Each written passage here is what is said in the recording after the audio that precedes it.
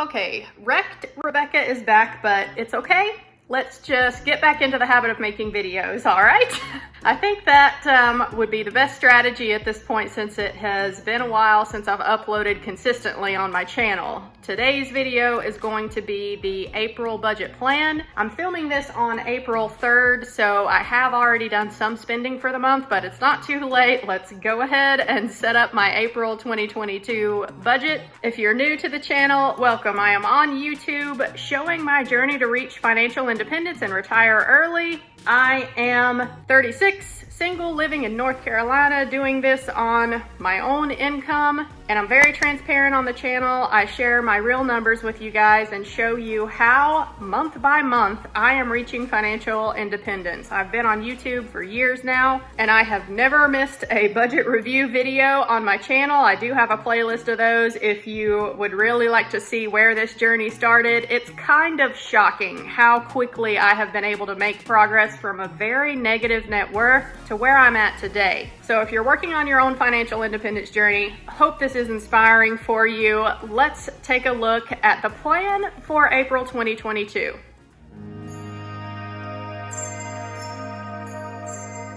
All right, here we are looking at my April 2022 budget. I hope you cannot hear Rollo growling at people walking by the house in the background. Irish Wolfhounds are not really meant to be like a guard dog breed, but it has just come naturally to him. He is always on alert and very protective of me, which I kind of don't mind, so it is what it is. Anyway, hope y'all can't hear him in the background grumbling as people go by. April 2022 budget. Starting at the top here, as always, with my net income. Y'all can see that I do have some income sources blocked out for privacy. I don't show individual paychecks on the channel. I do show totals at the bottom. If you've been following the journey, then you know I do typically leave a small amount in my checking account that carries over month to month. The reason why this is such a huge amount is because I have some pending renovations for the home that I just recently moved into. So I am leaving a big chunk of money in my checking account that's going to get used up pretty soon for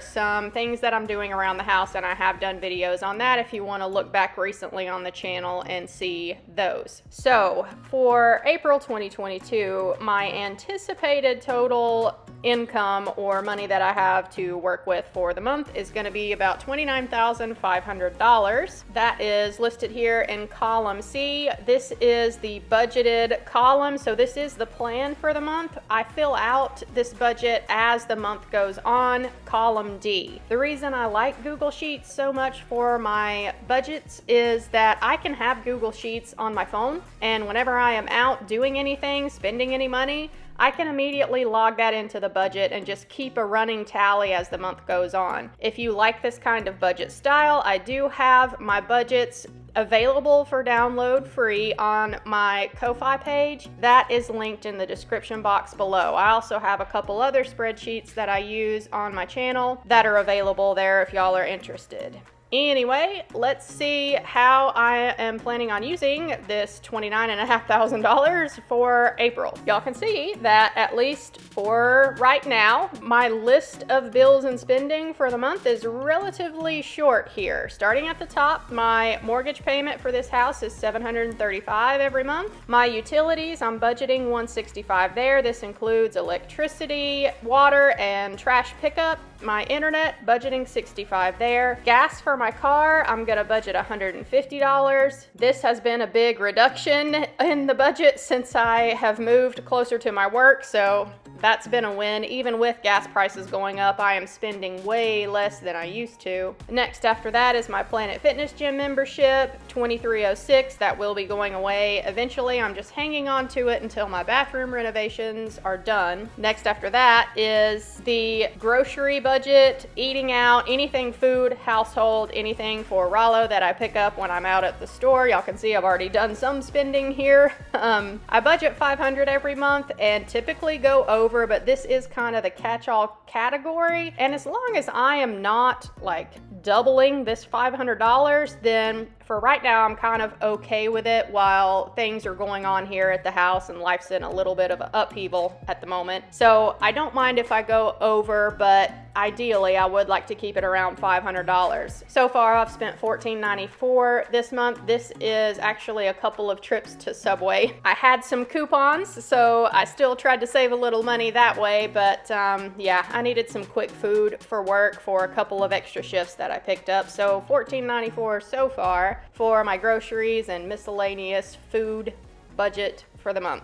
I'm budgeting $250 for Amazon because Amazon always seems to get something from me every month, so $250 there, but I have not actually done any spending on Amazon yet for the month. And lastly here I have contractor listed because I know that my contractor should be coming back soon to start some projects around the house here, so I know I'm gonna have to pay him at some point in April, but I don't exactly sure how much he's going to be able to get done, so I don't exactly know how much I'm going to pay him for April, but I do have the line item here ready to go. My total planned for spending comes to about $1,900 for the month, but I know, again, it's going to be a lot more than this just depending on how much work the contractor gets done for the month. This is why I like my Google Sheets budget, because it allows me to be flexible and adjust this as the month goes on.